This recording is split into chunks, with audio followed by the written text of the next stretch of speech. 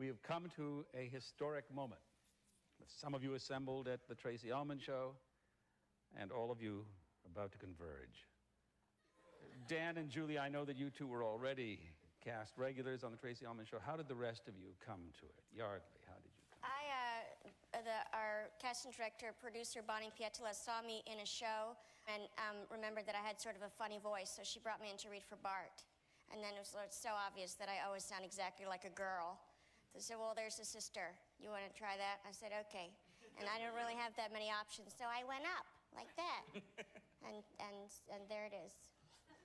Nancy, weren't you also considered for either role?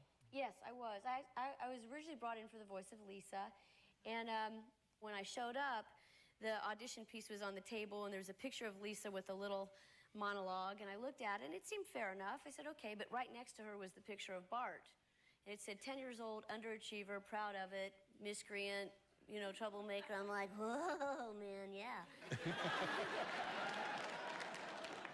Matt said, that's it, that's him, that's Bart. I said, cool, man.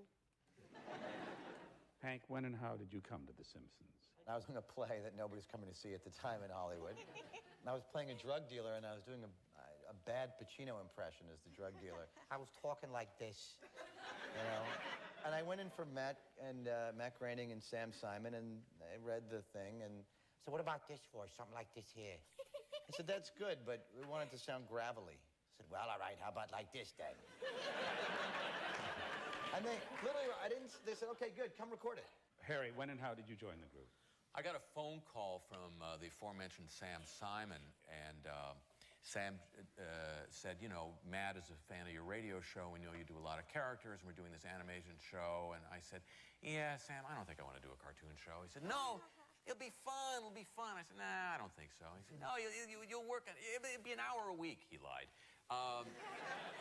So I finally said okay and walked in and met these guys.